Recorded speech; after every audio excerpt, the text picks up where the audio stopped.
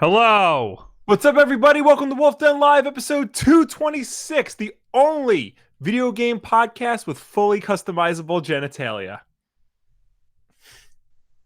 Oh, that's a thing. Don't tell me. Don't tell me. Cyberpunk. Yes. Okay. Yes. That's not a story that we have. No, it is not. But that is a thing. There really is. Cyberpunk. There is no story. Just the ESRB put up their rating for it. M for mature, obviously. And it broke everything down. It's got violence. You can crucify a guy literally. It's got drugs, both real and fictitious, and it's got a lot of sex. And your created character, you can fully customize their genitals. All right. I mean, that's good. I mean, it's 2020, man. Yeah, might Should as well be able to, right? Yeah. I mean, it was actually, you probably can. Some could argue you can in real life. It was either that or a joke about how Xbox is having their Xbox Series X gameplay reveal tomorrow. So we're just going to make up what's going to be there. Yeah, these companies like to do things on Thursdays. Right after the podcast happens. Yes, and we can't move the podcast to Thursdays because they'll just do everything on Fridays. That's true. Yeah. Guys, hello. Hello, Mifu. Hello, Sarah Anderson. Hello, Mecha Dragon. Hello, Sora Goku. Hello, Cute CC. Hello, Drone Z. Hello, everybody. Hello, anyone and everyone who is here tonight. And a special hello to Just a Hair with $2. The Not So Weekly Did Bob Forget test. Yes, I did forget, and you did remind me to turn off notifications. Jack Kinsley, Dante Mira, Sage Phoenix, The Noob Gaming Experience, Ashley Mikado, Trip Gould, Jason Gardner, Chris Green, Beth Ann Oxendale, and AJ of Fanatics 4 for all being members here on YouTube. Thanks, everyone. I'm much better at reading names in the beginning of the podcast. Throughout the podcast, not going to happen. We got a lot of things to talk about. Yes. I didn't know anything was happening this week until I looked up stories this morning. It snuck up on you, because I went to go add things to the keep, and I'm like, oh yeah, that happened. Oh yeah, that happened. Oh yeah, that happened. Yeah. Yeah. It's been a surprisingly crazy week. Yeah. First off, big news. There was a big old leak over on 4chan for Nintendo retro stuff. Yeah. This is broken down here by Kotaku. It says massive Nintendo leak reportedly includes Wii source code, developer materials, and an N64 test ROM or ROMs. What appears to be an unprecedented trove of information related to several past Nintendo consoles was leaked to the internet starting last Friday.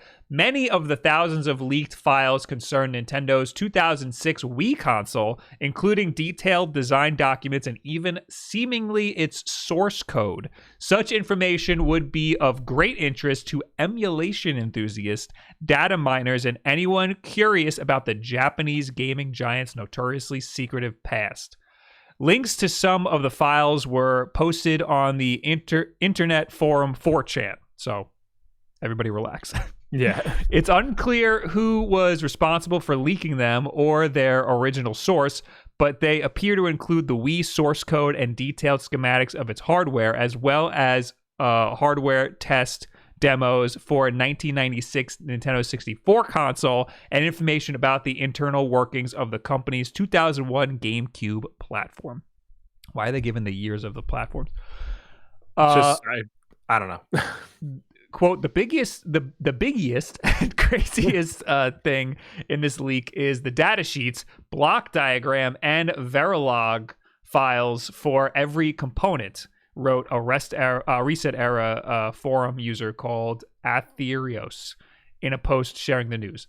Verilog is a hardware description language. It is used to describe circuits via code. So with this, we can learn how every single piece of the Wii was made.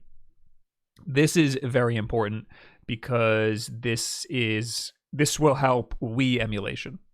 Yes. Wii emulation, Wii homebrew, that scene, things like that.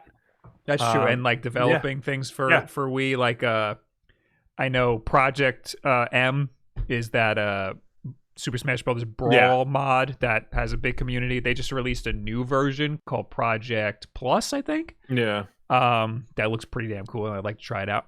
But that requires some Wii homebrew and Wii emulation. So. Yeah, there's already, like, I remember when the Wii came out, my friend hacked it and was able to put the homebrew channel on there. But something like this will just blow the doors wide open now. So the homebrew channel allows you to plug in a hard drive to your Wii and basically download games and just play whatever you want. Download games, upload pirated games. Also have it act as a storage dumping ground for like ripping games from the disc to the hard drive or saving your games to there. Yes. Yeah. Also, this will help with emulation on the PC as well. Yeah. That's a way that people are able to. I think that's a way that people are playing Brawl now. They're playing it through emulators. That's the way people are playing Project Plus now. That's also, there's some weird way where people are using. They have this weird way to spectate Melee games with this like add-on that they use a Wii for. Yeah. So you can take basically the code of what's happening on screen and mimic it somewhere else. So it's like kind of like an advanced spectator mode for Melee games. This will help for that as well. I know there's, of course, the Dolphin emulator, which is like the famous GameCube emulator for a PC. I don't know how like good it is, especially in this day and age. But with the Wii source code, you can create basically just a much better version of Dolphin emulator because you know not only how the Wii works, but how the GameCube works as well. Because Wii is basically just the GameCube. Yeah, they're very, very, very similar. Yeah, Wii is just GameCube Plus. Yeah. But there's more. While the technical details contained in the leak shed light on the many specifics of how the Wii hardware and software operate, anyone using it to design and build Wii retro consoles or emulators of their own would likely soon find themselves a target of Nintendo's legal department. The leak also includes, well, let's just say, since now the source code is like, if this is even true, since now basically the source code is public, if you rip that and make an emulator out of it, Nintendo can be like, look, this is exactly our spec. Like, you can't make this public, and then shut it down.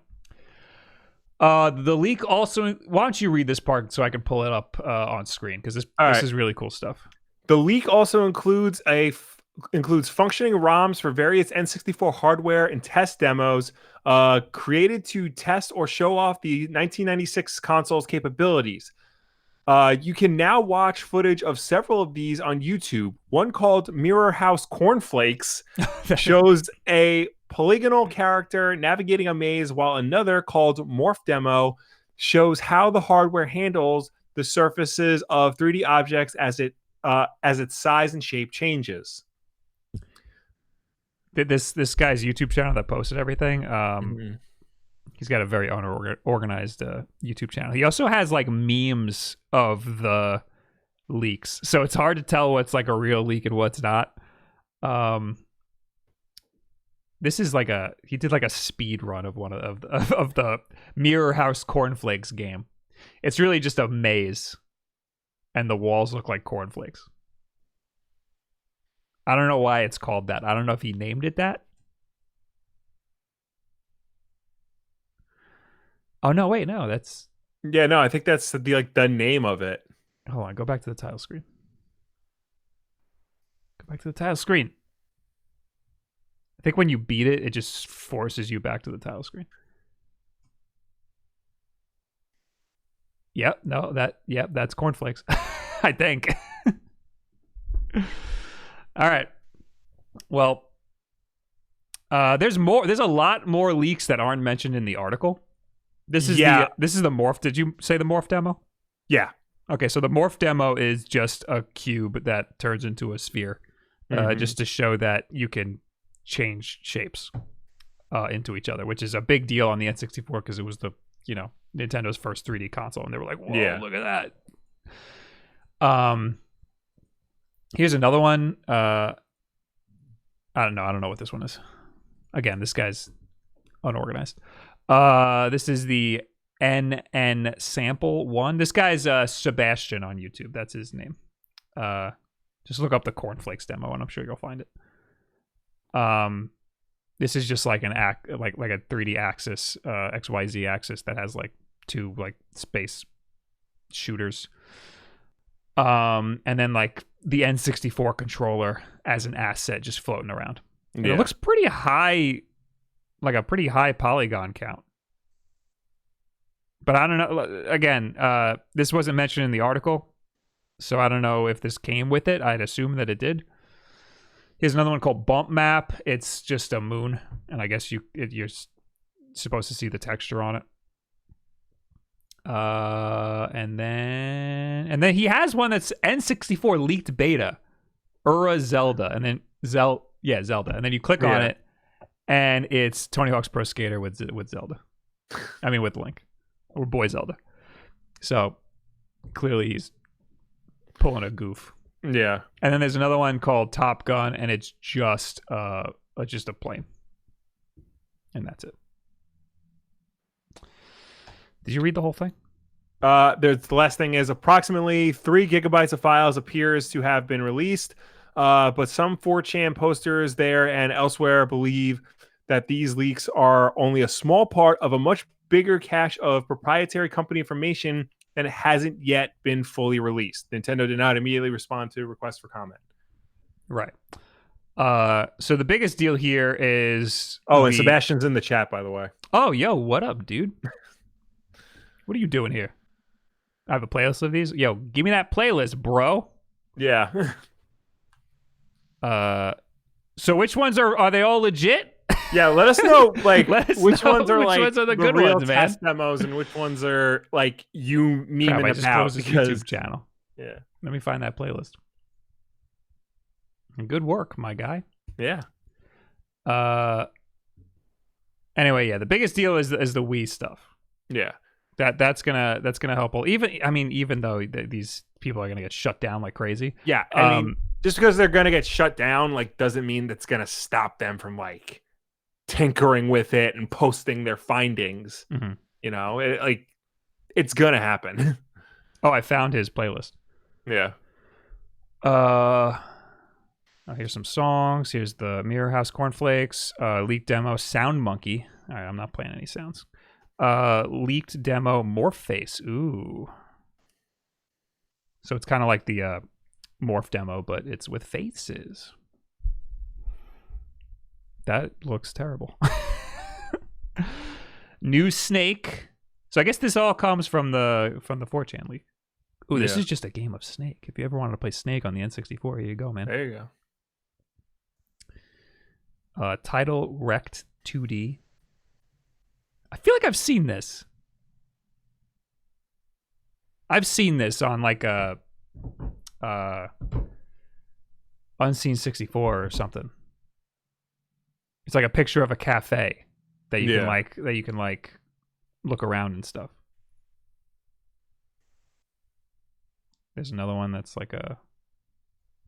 Oh, here's the original Wii Weather Channel. I remember those days. Where you just go to the Wii Weather Channel and just spin the globe around and be like, this is so cool. Another a little puzzle game. This a lot. Why is there so much? Here's just a teapot. Does this bring you back to your film school days, Will? Oh God, yeah. To understand that reference, in my film school days, we used to watch movies that were literally just like one object for like 5 minutes, and that was art.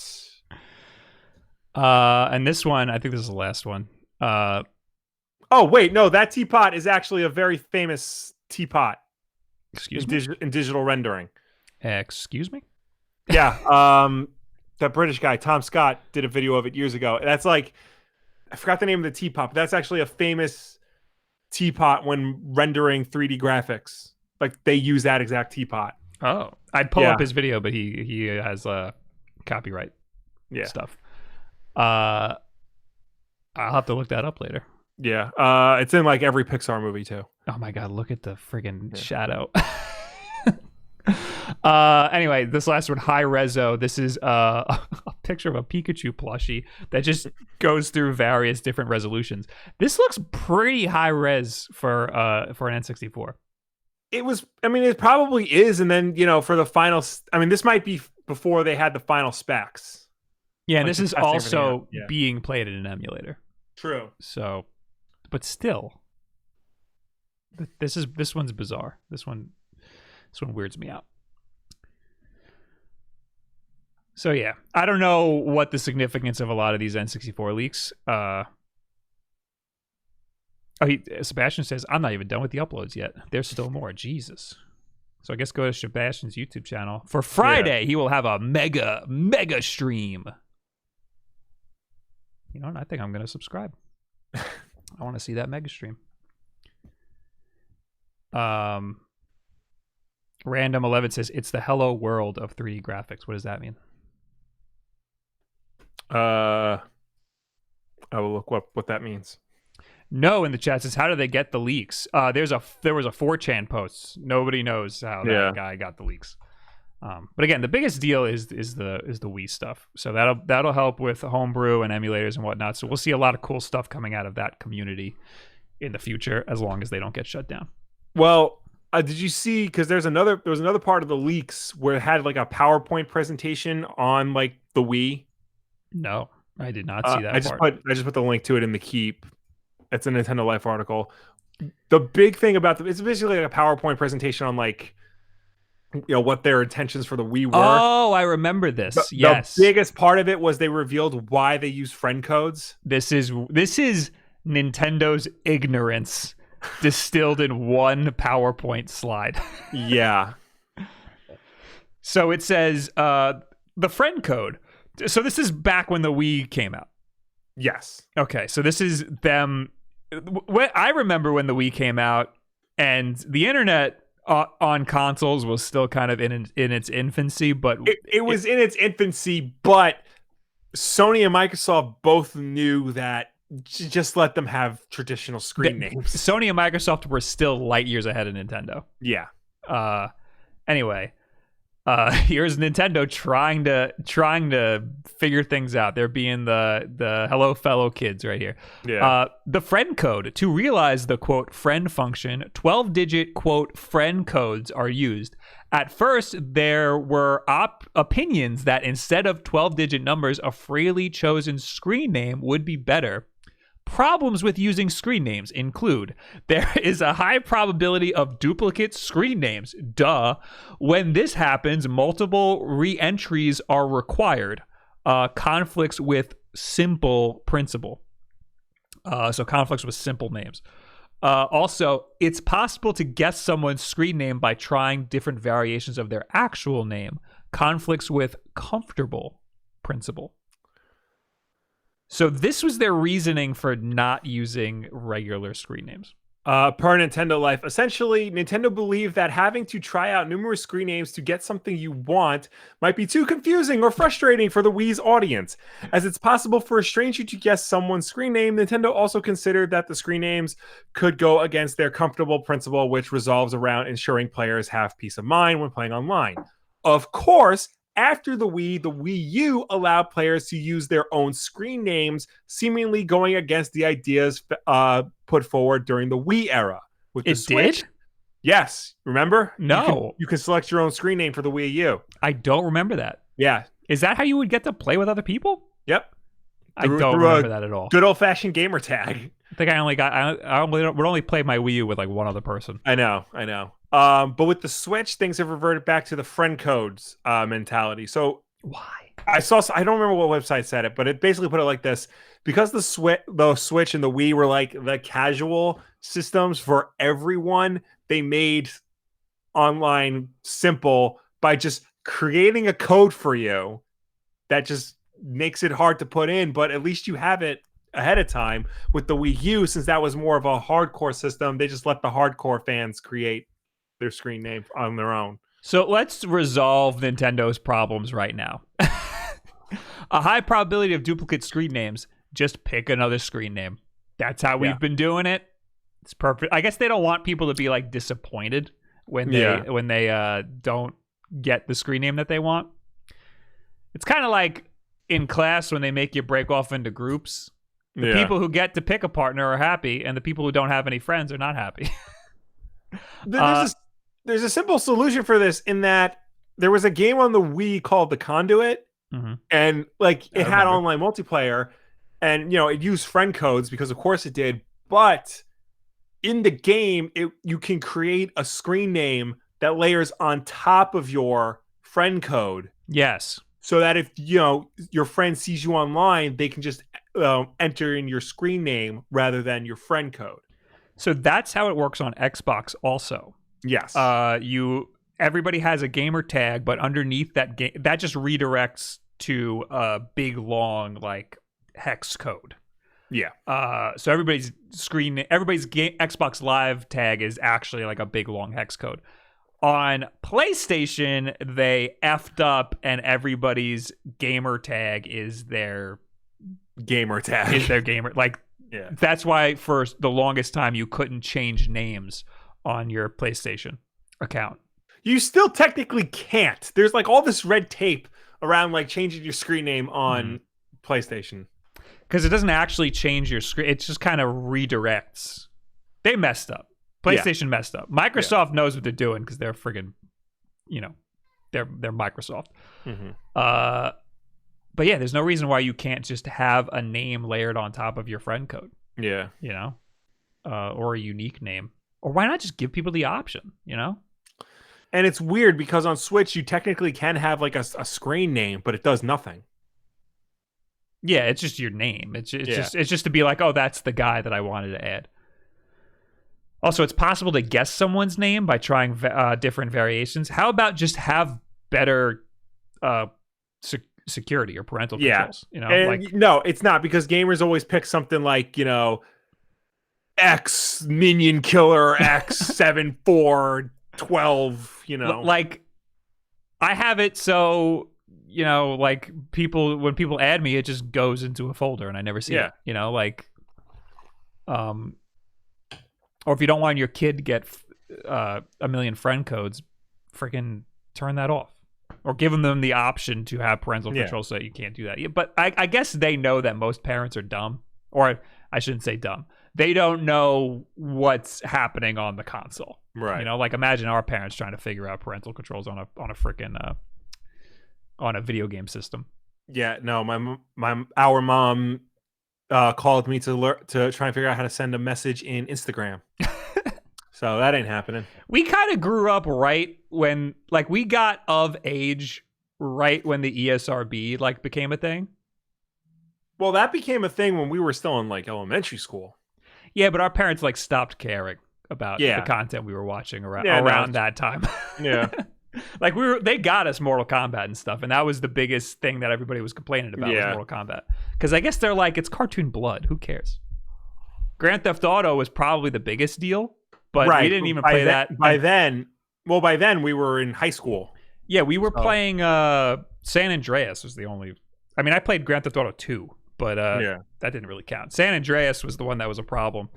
And we were of age then. Yeah. And Dad watched us play it once, and he was like, "Get the ambulance, run some people over." Anyway, yeah. So where did that come from? Where did that leak come from? 4chan. That was part of the same. That was part of it. Yeah. I'd like to see more of that presentation. Anyway, all right. So. Those were the big leaks. I think this is a separate leak, so I made it a separate story. Okay. What happened? Here it is. Yeah. So this is rumor, concept art of axed Sheik and Boo projects by Retro Studios Surface. So there's a leaked concept art for a Sheik game. Zelda, Girl Zelda, and a Boo project, a Boo from Mario, but it's his whole game. This is of Nintendo Life, which I tried not to do a Nintendo Life article because I use them too much, but they have all these great pictures. The article is laid out so well. How could I not? Retro Studios has been hard at work on Metroid Prime 4 ever since development was scrapped and restarted last year. But there was a time long ago when the talented team was apparently working on a Legend of Zelda game starring Sheik and a Super Mario game about mischievous ghost Boo. According to our friends at Shine Sparkers, concept art of both of these rumored projects has now surfaced online. The links the Metroid fan site received reportedly point to an online portfolio by Sammy Hall, a former Retro Studios pre-production artist who is known for previously assisting with the Nintendo Wii titles Metroid Prime 3 Corruption and Donkey Kong Country Returns. He put them on his what's it called? His portfolio page. Yeah. So I don't. Could he get in trouble for that? Oh, if the game's out, he can put that on his portfolio. No. But he put the Sheik project and the Boo project. If it's officially canceled, I think you can. Oh, okay. Yeah. I mean, there might be like a statute of limitations. Like they might. Yeah, that too. Yeah. I think I've seen some companies do like 5 years, or like I know like with the Marvel movies, like they don't post their stuff unless Marvel posts it, or Sony posts it. Anyway, the artwork is said to be pre-production art for a canceled Zelda project dated somewhere between 2005 and 2008, and a canceled Boo project around the same time of 2006 to 2007. The details about the Boo game are rather limited. Hall titled one of the sketches as, quote, tiny stuff for tiny handheld resolutions, which suggests the game was planned for the Nintendo DS at the time. I was going to guess that because when I pull it up later, you'll see that a Boo game, it looks like perfectly suited for a DS. Some Boo concept art was titled, quote, Possession Powers and Broomies, and there's also a drawing of a world map. The Zelda project was supposedly aiming to be, quote, 10 times wider than the average. Weirder. Good. Weirder. Yes, that makes a lot more sense. Than the average entry. Had the game got off the ground, the story would have been set within the, quote, bad ending of The Legend of Zelda Ocarina of Time. That sounds awesome. Yeah. And would have explored the journey of the last Sheikah while Dark Gerudo are, quote, giving their 100-year birth to get it. And the game was planned to be an action JRPG title. Interesting. The 100-year birth of Ganon. Is that just Breath of the Wild? No. Zelda timeline's all messed up. Yeah. Hold on. I'll look it up. Below is a look at some of the concept art from these games. If you want to see more, head over to Sammy Hall profile on ArtStation. ArtStation is the word I was looking for before. Yeah, it seems like really dangerous to put all this stuff on your ArtStation. Anyway, this game looks freaking sweet. So I don't think this is Zelda. Sheik. It looks like a Sheik. It looks noticeably much more masculine. There's a beard, but I couldn't tell if that was a fake beard. But still, like, they said it's the last Sheikah, so what are Sheiks like freaking assassins? I guess. I mean, that makes sense. So yeah, this looks absolutely freaking gorgeous. There's a Sheikah with a big giant beard. I don't see how this... I could see why this would be canceled, because Nintendo would be like, I mean, it's a little dark. Yeah. This looks beautiful. Oh. Yeah, this looks freaking... I would have loved this game. And there's also the Boo... JRPG, though. Oh, it's true. I was like, I'm looking at this, and it looks like an Assassin's Creed game. Yeah. Especially this. The Boo game looks cute as hell. The assets look like really like cartoony and like weird, like and like really like Tim Burton type distorted, Yeah. It looks like a handheld game. Here's some more assets. The Boo is like extra cartoony looking. Mm-hmm. Yeah, it doesn't follow the traditional style guide. This right here, this one, you'll see it on the stream in a minute. Okay. This one looks like something out of I want to say Yoshi's Island, like one of the enemies in Yoshi's Island. I'm waiting for it to appear on stream. I'm just circling it with the mouse. Oh yeah. But yeah, this is cute. It's sad. Yeah. It's sad that all this was canceled. That was probably canceled because it didn't adhere to the style guide. Yeah, I mean, well, I'm getting like Luigi's Mansion vibes. Yeah, but everything in Luigi's Mansion that's a recognizable character still looks like it can fit into any of the other games. Yeah, I guess the Boo is like too iconic to be messed around with like this, but that's an easy fix. Just adhere to the style guide, you know? Yeah. We did get a Luigi's Mansion title on the 3DS, Dark Moon? Yes. So it was Luigi's Mansion, then Dark Moon, and then 3. Yes. I'm not messing that up. I'm not messing up the timeline. There wasn't. No, that's right. Yeah. Okay. So yeah, that wouldn't have interfered with this at all. Mm-hmm. Yeah, I guess. Majora's Mask was like the darkest you can get with Zelda, and then they were like, "Let's do this. Let's take it a step further." Yeah. And then Nintendo was like, "Nah, we're good." So the time where like the dark timeline of Legend of Zelda start, after Link is defeated in Ocarina, then it goes into A Link to the Past, then A Link Between Worlds, and then the very first Zelda game, and then Adventure of Link. So it would have been that timeline. That's I hate the Zelda timeline. I know.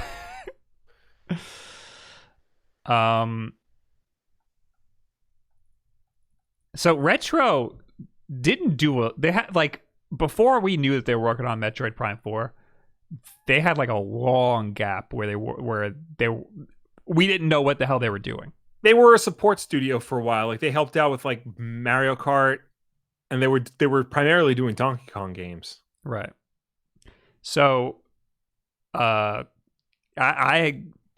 there's probably a lot more stuff like this that Retro has worked on that we will probably see like 5 years from now. Well, famously, when Retro worked on the first Metroid Prime before Nintendo bought them, they had like a group of games like in development, and they all got canceled. Yeah. So they can work on Metroid Prime. So I mean, yeah, they've got to have just like, drives and drives of like design documents and stuff for like unused games. It's interesting because we see them as like such like a big deal. Like they frequently make great Nintendo games. Mm-hmm. And Nintendo is over there shooting down all the stuff that they're pitching. Anyway. Yeah, that's all we got for Nintendo leaks, I think. Right? For now. For now, yes. Who knows? Like tomorrow there's a big leak or whatever. I'm a big fan of these concept art leaks, though. I like seeing old those are projects cool. like this, especially with like this like breadth of pieces posted. Like there's a lot of stuff here for this one project. Yeah. Or these two projects. Anyway, we got some super chats here. Yes. We got about 47 pandas. That's too many pandas. With $5. I just got a Razer Ripjaw HD capture card, but when it captures 1080p 60 frames per second on my Switch, it gets all choppy. Any idea? Yeah, you got a Razer Ripjaw. No, I don't know. I've never used a Razer Ripjaw before. Never even heard of it. Choppy? What type of processor are you using? So, like, I know on like OBS and certain capture softwares, you can change whether you're using your processor to process your video, or you can use your graphics card. Maybe try switching to the graphics card if you have a beefy graphics card. But yeah, I don't know much about the Razer Ripjaw. But it sounds like you might need a quad core processor or something, because I know the Elgato requires a quad core to run well. Ricardo Fager, thank you for becoming a member here on YouTube. Doggo with $3. Interesting. Thank you, Doggo. And Adriano with the 5 ruples.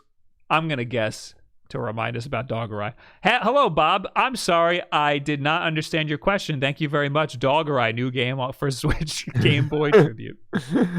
Gotcha. Thank you, Adriano. Get called that one from a mile away.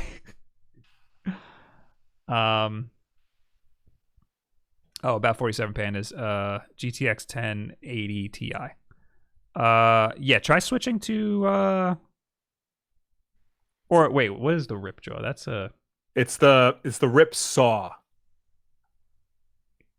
Rip Saw? Is there two different ones? No, it's just the Rip Saw. He did a typo. Oh, okay. Yeah. Is it USB? It looks like it's USB.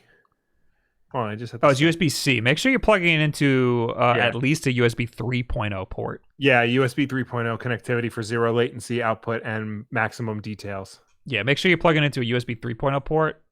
And if you already have it plugged into one, try plugging it into a different one. Yeah. Of course, restart the computer. Mm-hmm. And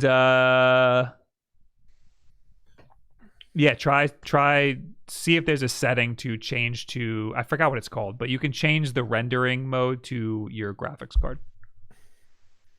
X286, I think, is the CPU, and then you can change it to NVIDIA something or other.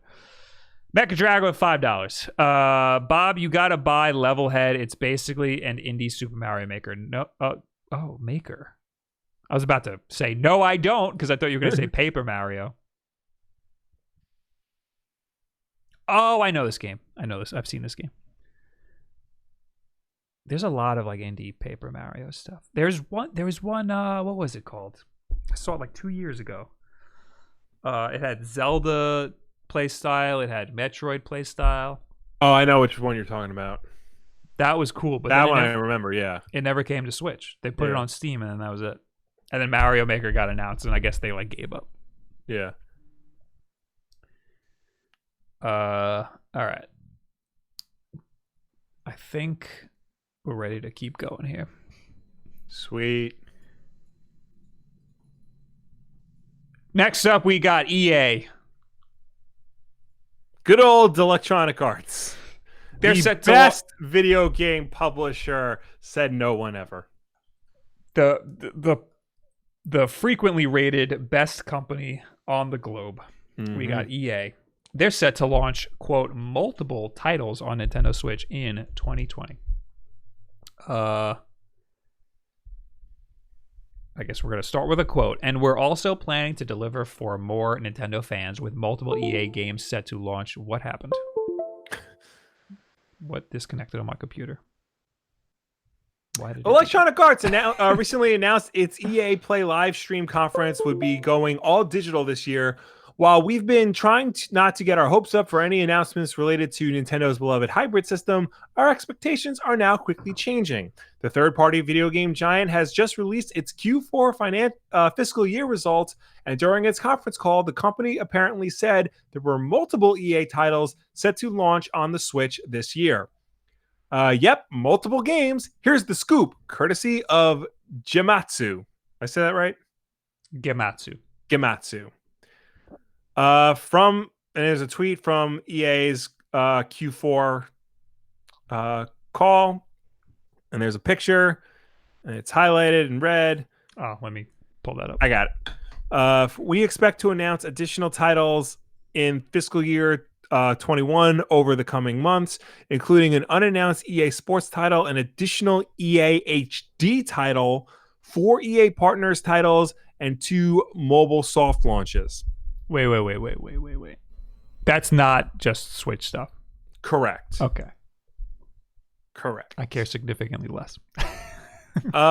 In addition to our unannounced fiscal year 21 releases, we will see platform expansions for our current EA titles, plus the release of our previously announced Medal of Honor VR title in partnership with Oculus. Okay. Also not Switch related. Necessarily. Then there's this follow-up tweet from Gematsu saying, during the conference call, Electronic Arts said info on EA Sports titles on PS5 and Xbox Series X is coming soon, plus multiple EA titles set to launch on Switch this year. Where did you leave off? Before the tweet? Yeah. Then I read the tweet, and then he says, and then I guess after the tweet is where we would pick up. Where do we start with our requests? A re-release of Mass Effect Trilogy, and even with the fourth entry would be okay. I don't know about that. Or how about something like The Sims? The Sims would do insane on the Switch. Yeah. Look at Animal Crossing right now. Or an entry from Plants vs. Zombies Garden Warfare series. We don't need that. We're cool without that. Maybe some Need for Speed games or Battlefield. You know, you're not Plants vs. Zombies Garden Warfare, but that was like a very popular game when that came out. It was. It was like one of the few online multiplayer games that didn't nickel and dime players. So there was Plants vs. Zombies, which did amazing. Yes, which is a very good game. But that was like what was that? A Flash game that was like bought by EA? No, with the mobile developer that EA bought. Yeah, PopCap. Oh, PopCap is a mobile developer. Yeah. Oh, so it was their game. Yeah. So it was a mobile game, and then it was bought by EA, and then EA just ripped that IP to shreds. They put it everywhere. Well, yeah, like they do everything. And it sold a lot. Yeah. Plants vs. Zombies was massively popular. Yeah. And then they were like, how could we make this more... How can we make a second one and make it more mainstream? And they made Garden Warfare. Well, they made Plants vs. Zombies 2, and then they made Garden Warfare. Oh, okay. I think Garden Warfare was there to capitalize on, like, the Call of Duty crowd. But, like, when I worked at GameStop at that time, all these parents would come in and be like, my kid wants Call of Duty. It's rated M. I don't want to get them Call of Duty. What do you have? And I would say, you're out of luck. I would say, here's Brink. It's rated T. Nobody likes this game, but it's the only rated T shooter. And that's where Garden Warfare comes in. Yeah. Anyway. Burnout Remastered. That's not coming to Switch, is it? It is. Oh, it is. We knew that. Yeah. I watched the trailer for it this afternoon, actually. So there you go. That's the first of EA's ever-growing catalog on the Switch. Yeah. They're about 3 years too late, but it's about time EA starts talking about Nintendo Switch. Yeah. What are some titles we want from them, even? I could care less, really. They got sports games. That's like the biggest thing that they're holding back right now. Maybe Dead Space, the Dead Space trilogy, although they pretty much shot that thing in the head. It's surprising they didn't put Battlefield on there or Need for Speed. Activision's got to put Call of Duty on the Switch. And then EA will be like, all right, maybe we'll put Battlefield. True, yeah. It makes no sense that Call of Duty is still not on the Switch. Yeah. No sense at all. Especially, like, they've been using this... I mean, they keep modifying their engine, but, like... I mean, it's got to be able to run on really low-powered PCs. Yeah. So... I mean, remember the Wii days when they would get the nerfed version of all of the Call of Duty games? Yeah. But that was a lot of work. Now, I feel like now they just need to make a low-powered version of now of it wouldn't be... I mean, it would be work, but it would probably be... It would be much closer to the main game. Yeah, yeah. No? I've been having way too much fun playing Warzone. Warzone is great. I'm loving it. What? Someone in the chat mentioned Skate 3, and we will get to that later today, but that's a series that I think would do great on Switch. Correct. Yeah. Yeah. I don't know what else I want from EA. I don't think there's much. Yeah, no. I think I'm pretty happy with my Switch library right now. Yeah. Again, it's too little too late. Like, you should have been talking about this stuff 2 or 3 years ago. At least 2 years ago. Maybe like a brand new Star Wars game. Oh, that's another thing. They have the exclusive Star Wars rights, but they just completely ruined that. They were given like a friggin' gold mine and they just ignored it. Well, eventually they made Jedi Fallen Order, which was very good. True. Apparently, I'm not giving them enough credit. Jedi Fallen Order was a good move. Apparently, they fixed Battlefront, and it's a much better game than when it launched. Yeah, I'm hearing good things about Battlefront. I don't know. I haven't played it, but I'm hearing good things about it. But even still, like, if it's not, they don't have a single Star Wars game on the Switch. Jedi Outcast and Jedi Academy are from LucasArts directly. Yeah, and they're the only Star Wars games on the Switch. If you don't count Star Wars Pinball. That's true. And we're getting Pod Racer. Yeah, which again is from Lucasfilm directly. Yeah. And then, the Skywalker Saga, Lego Skywalker Saga, but that's Lego. It's very sad, the state of Star Wars games right now. Star Wars games were thriving when LucasArts was at their peak. There were so many great Star Wars games. Well, anyway, that's it for EA. We got $5 from John Halstead. Hey, Bob, would it be okay to use your green screen audio for a cover? So, sure, dude. Whatever, man. It's there for the people. On my Twitter, I have a green screen video of me doing... hold on, I can pull it up right now. Doing this. Oh, no, I can't do it. Here. Doing this. Whoa! Did you... Whoa! I'm sure it'll be funny when it shows up on my screen. Whoa! That's crazy. This is crazy. And there's another one too, but I'm not playing them all. But yeah, you can find that on my Twitter and use it for whatever you want. Mm-hmm. There's another one of me just going, what? Like I pull the green screen down. Anyway, we're plowing through these stories. Let's keep moving on to Mario 64 getting a 4K PC port. What?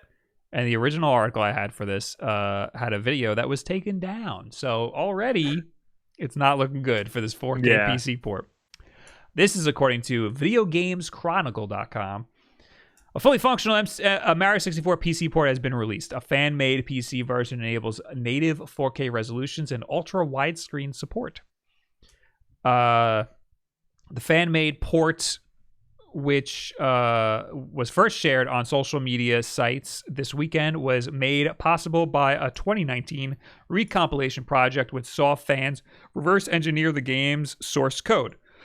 Unlike PC emulators, which imitate the conditions of the original N64 hardware, the DirectX 12 powered port allows players to run Mario 64 at far higher resolutions without compromise, such as native 4K or in ultra widescreen mode.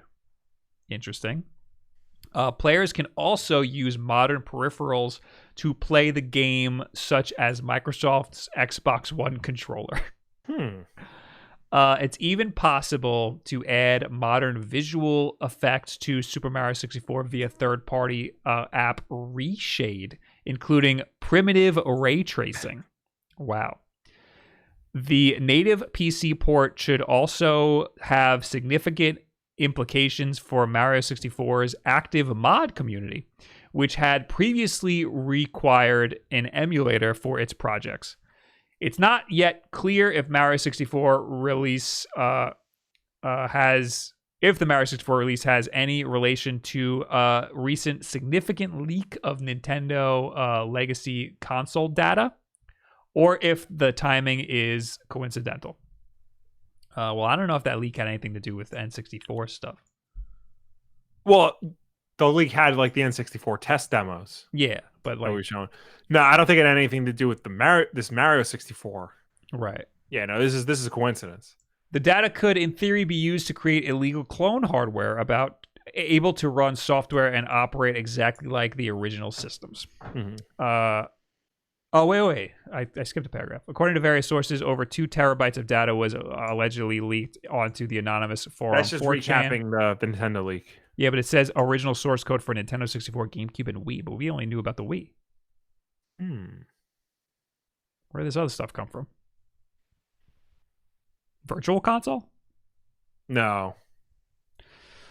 Well, anyway, the PC emulation community could also theoretically use the data to improve their software so that it imitates the original systems perfectly. However, since the leaked documentation has been illegally obtained, this would put them in a murky territory. Mario 64 is set to be re-released for Nintendo Switch later this year as part of the Super Mario Bros. 35th anniversary. That is a rumor. Yeah. So I don't know why they're stating it as fact.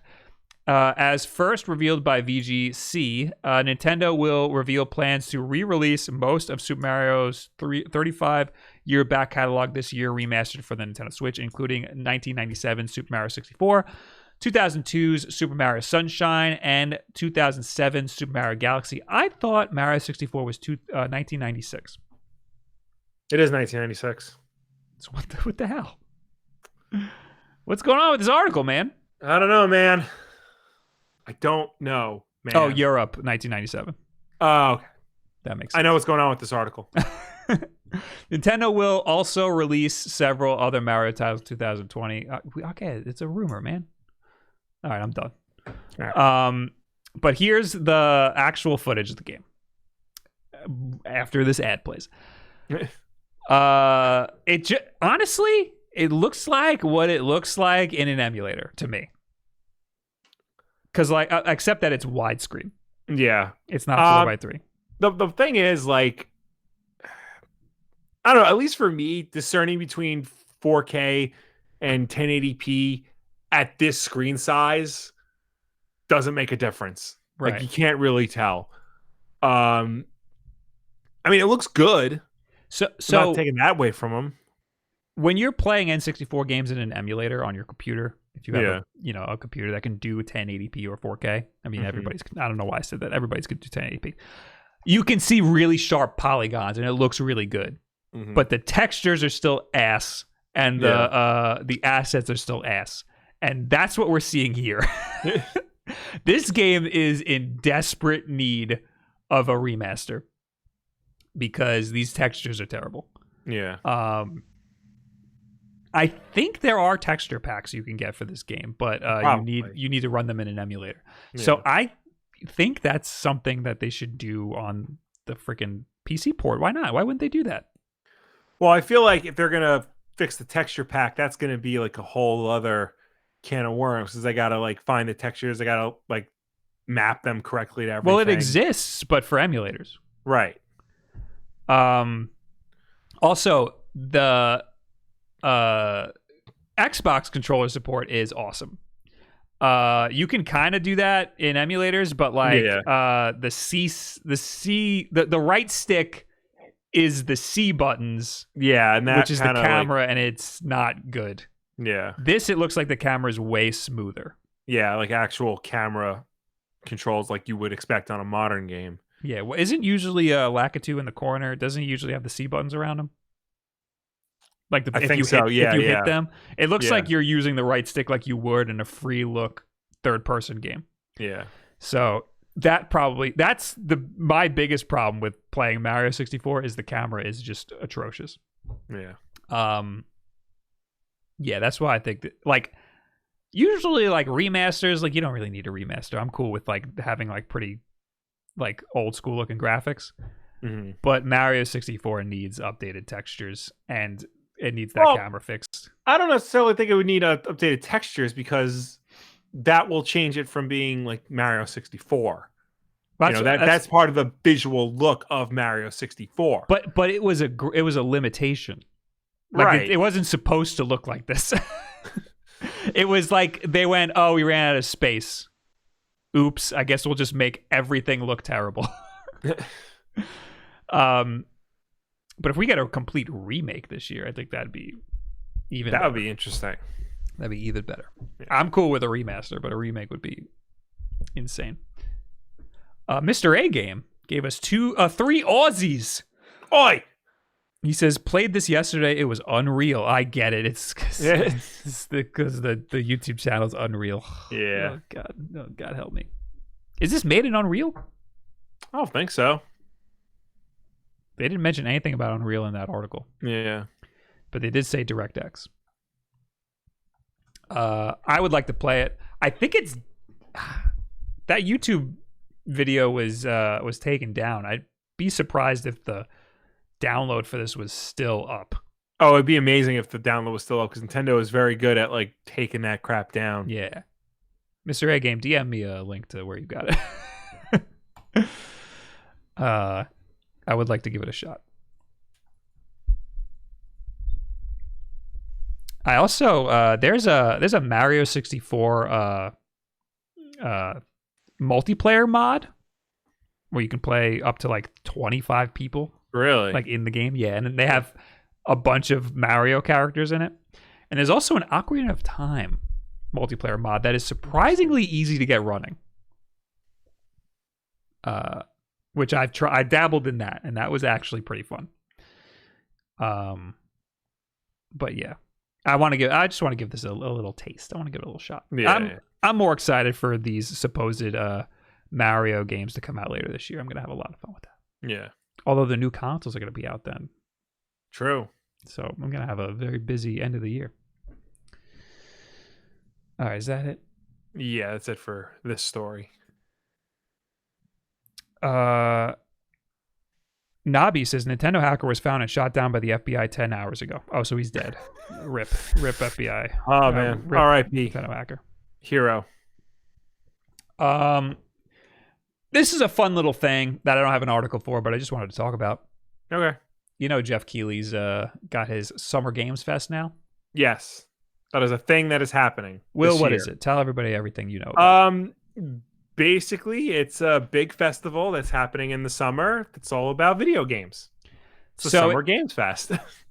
I feel like he's had this in motion for a while. Yeah, but it's kind of taking the place of E3. It feels like, or it's trying. To take feel the place like of E3. If E3 were to happen this year, this would also still be occurring. Yes, I agree. I just now that E3 is not happening, this is kind of trying to take the spotlight away from that. This and IGN has their own thing that they're doing. Yeah. But yeah, we knew that we knew that Geoff Keighley was distancing himself from E3 already. Mm-hmm. And now this was probably why. Anyway, Summer Games Fest. It's from May to August 2020. Yes. And it seems like developers and console manufacturers are releasing information that whole time. It's not going to happen E3 week like we thought it would. It looks like it's going to be a rollout over these next few months. Yeah. Which is less exciting. But here we go. Geoff Keighley did an AMA on Reddit. I don't know what happened there, but we got Inside Xbox May 7th, which is tomorrow. That's what I was referencing to earlier in the show. This is going to be first look at gameplay footage from the Series X. Correct. So pop that in 4K on your computer. Yep. And see what these new games are going to be. Everybody's hoping for Halo Infinite. 6. Yeah, no, I think it is going to be Halo Infinite is what they're going to show off. I mean, because, it's Halo. But they're going to have one a month, I believe, Xbox. Yes. Xbox is going to have one thing a month. Well, they're doing, I forgot the exact name that Phil Spencer's called it, but it's like Xbox 2020 initiative where they're just going to keep rolling out news on the Xbox Series X until it launches. They're doing, I think they said one Inside Xbox a month about the Series X until the Series X comes out. And then there's also Sunrise #1. Join Geoff Keighley for a Sunrise game reveal. What is that? I don't know. But you can add it to your Apple Calendar, your Google Calendar, or your Outlook Calendar. Does Sunrise mean anything, or is that just what they're calling these? I don't know. That's May 12th. Yeah. In June, they got Steam Game Festival, Summer Edition, play and wish list upcoming PC games on Steam. Is that to go along with the summer Steam sale, or is that just... There will probably be a sale around this. Mm-hmm. So, I mean, that's just my guess. June 11th, Cyberpunk 2077. Tune in for a special broadcast on Cyberpunk 2077 from CD Projekt Red. That's pretty cool. There you go. You can see how to customize your genitals. June 11th, also, EA Play. So this is E3 time, right? Yeah. Oh, okay. So that explains why there's a lot going on. So EA Play will be happening on this whole thing. Yeah. But that's the only thing that's E3 time on this list. Other companies, I guess, will probably release stuff around then as we... Yeah, and I'm sure there will be more added to this Summer Games Fest as time goes on, because right now it's looking slimish.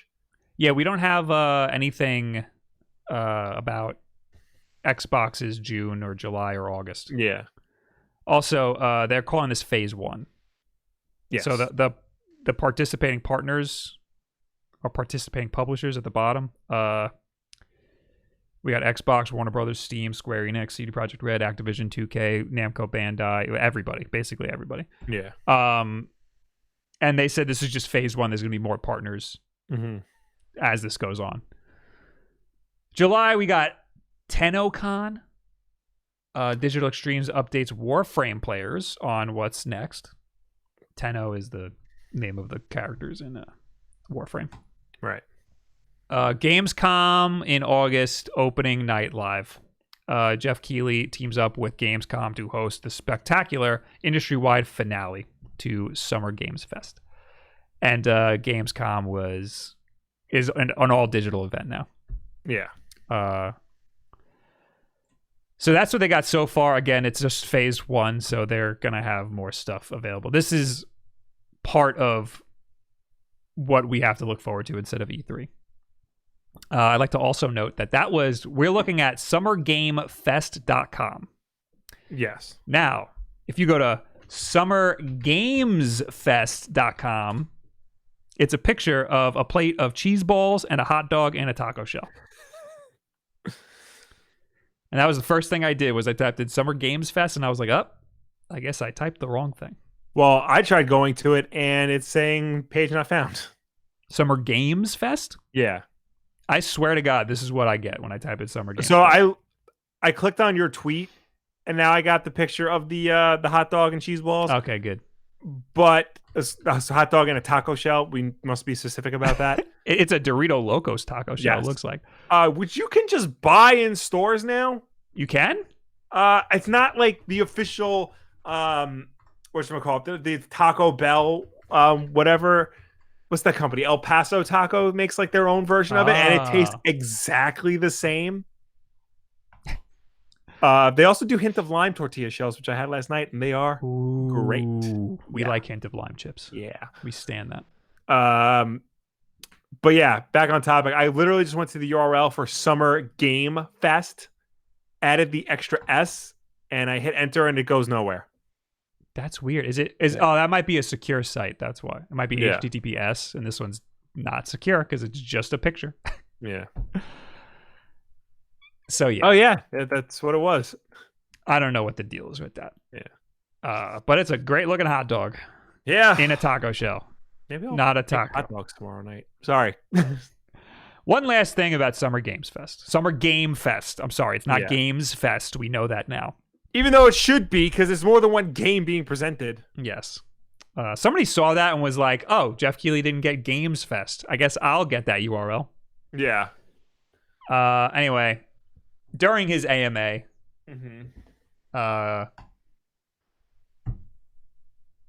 what am I reading here? He did an AMA, and somebody asked, will Nintendo be there? And then he said, Nintendo is always welcome. What does that mean, Will? What could that tell you? It means they're not coming. They're not coming.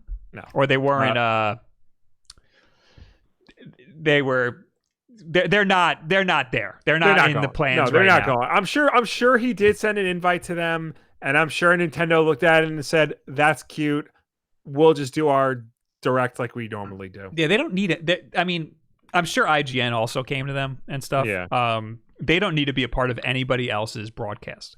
They are just going to do their Nintendo Direct on their YouTube channel and Twitch channel, and then that's it. Or they're going to keep doing it. Actually, I think they said their next Nintendo Direct has been delayed for like a while. Yeah. So it's kind of sad. There's not a lot of Nintendo stuff going on this year. Yeah. There's a lot of everything else going on this year, but Nintendo's looking a little sad this year. So yeah, don't expect much. I mean, of course, third-party publishers releasing stuff on Nintendo Switch will be all over Summer Game Fest. Mm-hmm. But Nintendo themselves look like they're not playing ball. Anyway, we got more super chats here. Hytham G with $5. So Bob, didn't notice you were in a cameo in Carrie Diaries And did you see the Mortal Kombat 11 trailer aftermath? And where is Ash or Doom Guy with Mortal Kombat Pack 2? Well, that's all you. Yeah, we'll get to Mortal Kombat 11. Oh, we have that? Yeah. Was that trailer the last guy? No, the trailer. We'll get to it when we talk about Mortal Kombat 11. Okay, so hold tight, Hytham G. Yeah, I was a background actor in one episode of The Carrie Diaries in 2013. What are you catching up on your Carrie Diaries? Anyway, Cedric Matos with $1 says, "Did you hear that new joke about EA?" No, send us another $1 and tell us the punchline. Jamie89 became a member here on YouTube. Thank you. And Holden Drake with $10. Bob, did you like 20XX? I have not. I have it. I have not played it. Will, where to start with Hawkeye comics? Thank you. Matt Fraction and David Aja's run on Hawkeye. That's it. That's all you need. That's all you need. Jeff Lemire's subsequent run, immediately after, is also pretty good, and it kind of ties into it. But just read Matt Fractions. Oh, my webcam isn't showing up for you. I'm sorry. Yeah, no, it hasn't been for a while. I thought you were doing some pop stuff. No, I didn't mean to do that. I'm so sorry. Side note: apparently, IGN is just gonna live stream John Wick for free this Friday. The first one? On their YouTube channel. Oh, I still have not seen the third one. It's so good. Oh my god. Have you played 20XX? No. And I am confusing it with 1980X, which is a game I really want to play. 1980X? Yes. You don't know what that is. I'm confusing that too. Oh, 20XX is Mega Man. Yes. Yes, I have played 20XX. It's good. 30XX, which is not out yet, is significantly better. Is that also Mega Man? It's also Mega Man. It's like a Mega Man. It's like a cooperative, procedurally generated Mega Man X. But where am I going with this? 1980X. Yes. That's the one that I have not played. Oh, you have that? I downloaded it, but I have not touched it. Bastard. So I wanted to play that because it looks super interesting. Well, I'm so sorry, but I don't think I can get my webcam working for you. Oh, Shazbot. Sorry about it. Oh, I can do this though. You can see me in slow motion. I just see your Hold on. Icon. You got to give me a minute there, buddy. Oh, that. Yeah, sure. That's so much better. All right, where are we? Prince of Persia Redemption footage came from a real canceled game. This game, you are a Prince of Persia guy. Yeah, because Prince of Persia is great. We haven't had a new one since the Xbox 360 generation, and it was a weird spin-off game. But a video surfaced online this morning purporting to be footage from an unreleased Prince of Persia game. Bearing the subtitle Redemption, the game appears to feature all the hallmarks of the series' modern installments, like time-warping shenanigans and creepy sand enemies. Kotaku has learned that Prince of Persia Redemption was indeed a real project at one point, but was ultimately canceled before seeing the light of day. Jonathan Cooper, a veteran animator whose previous work at Ubisoft Montreal and most recently contributed to The Last of Us Part 2, confirmed the legitimacy of the Redemption video on Twitter. He also noted that it wasn't actually gameplay, but a pre-rendered game pitch overseen by then Ubisoft Montreal animation director Kai Wynn. The team did such a great job making it look like gameplay, Cooper said, that it inspired a similar pitch for Assassin's Creed 3. Sadly, Ubisoft are generally quicker to cancel Prince of Persia games than other IP because, as far as Cooper knows, original series creator Jordan Mechner still holds the license rights, so the profit margins are lower. And then there's the video of Prince of Persia Redemption. I'm clicking through it now. I'm not playing it because we get copyright takedowns for a lot of this stuff. Is there anything else? Wynn, who now serves as art director for Ubisoft, further corroborated this information in an email to Kotaku, explaining that Prince of Persia Redemption video is a target game footage of a canceled game. So when was this? This is posted on YouTube in 2012. Yeah, so it was posted in 2012. So it's the article further says a common theory is that it was uploaded to YouTube unlisted and only recently became public. 2 years ago, an account belonging to Ubisoft Montreal assistant technical director Marc-Andre Bellew nailed it. Left a surprise sounding comment asking the uploader where they found the footage. When contacted by Kotaku, Bellew declined to comment. Although Prince of Persia is currently enjoying a life as a virtual reality escape room, there was a time when players could look forward to Ubisoft pushing out new games, a new time-traveling Arabian romps at a regular clip. So basically, this was uploaded years ago, unlisted, and then eventually was made public sometime after the game was canceled. He was probably using it as like a portfolio piece, like internally. It looks really smooth. I didn't know it wasn't actual gameplay. Yeah. It looks really, really smooth. I mean, it kind of makes sense that it's not actual gameplay if they were just using it to pitch a new game. Yeah, it also just looks like a more fluid Assassin's Creed. Yeah. Yeah. Am I right to assume that Assassin's Creed killed Prince of Persia? There's unrelated to this, there is a pitch video of like an Xbox 360 Prince of Persia that looks identical to Assassin's Creed. So they just made it Assassin's Creed. Yeah, isn't that what happened?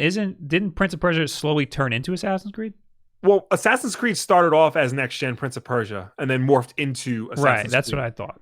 They did release 2 Assassin's Creed games for that generation. No, sorry, they released 2 Prince of Persia games for that generation.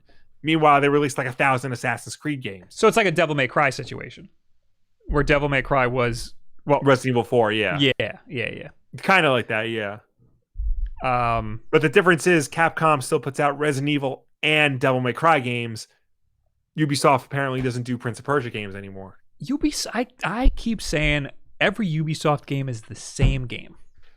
And they all feel the same. And looking at this demo, it just looks like freaking Assassin's Creed. Well, I think they could make a good Prince of Persia game because Prince of Persia, like the best ones at least, were not big open world sandboxes. They were linear experiences. So if they wanted to do that with Prince of Persia, I'd get it in a heartbeat. There's just every Ubisoft game is the same game with like a small twist. Yeah. And that Prince of Persia's would be, this is Assassin's Creed, but it's linear. Yeah. Well, I think that would be better because how many times can you go to an open world, place in the past, jump off of something high and stab a dude in the neck? Yeah, I don't need every one of my games to be open world. I like to turn my brain off and have a linear experience every once in a while. Yeah. But yeah, again, I like seeing these canceled games or these pitches that could have been a thing. Again, do we know what year this was? It was posted in 2012, but it was probably before that. Well, they said this was Cooper said that it inspired a similar pitch for Assassin's Creed 3. So this was before Assassin's Creed 3. So that was a long time ago. Hold on a second. I'm trying to see when that was. The last Prince of Persia game was The Forgotten Sands, and that came out in 2010. Oh, Assassin's Creed 3 was 2012. I didn't know that. Yeah. I thought it was way earlier than that. So that totally overlaps. Lines up. Yeah, so it was posted on YouTube in 2012, so could have been something in 2011 or 2012. Yeah. And the Prince of Persia was what, 2010, the last one? Yeah, 2010. That's 10 years ago was the last Prince of Persia game. That's crazy. So there you go. This is a game that could have been, but isn't. Yeah, that sucks because it should have been. Speaking of games that have never, that have died. Yeah. Skate 3. Yeah, or the Skate series in general. Yes. So there is a Skate 3 remake in the works, but it's not what we want.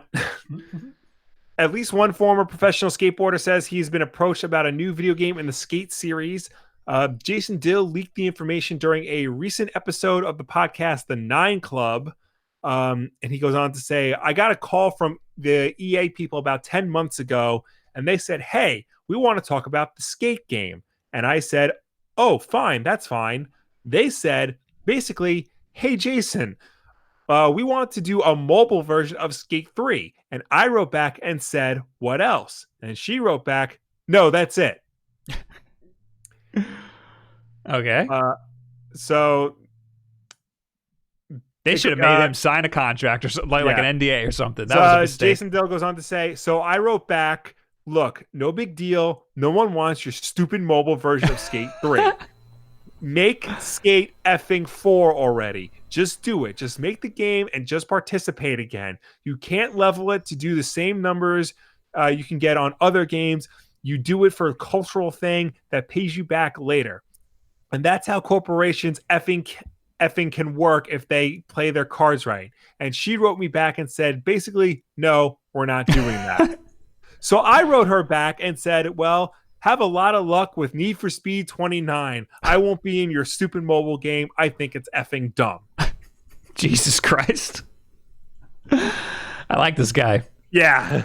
I actually listen to this podcast sometimes. Like the clips that they have. It's a great, it's actually a really good podcast, The Nine Club.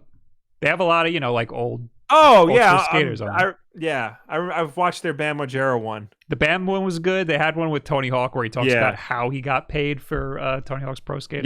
Yes, I remember that. There's a lot of good stuff on there. Yeah.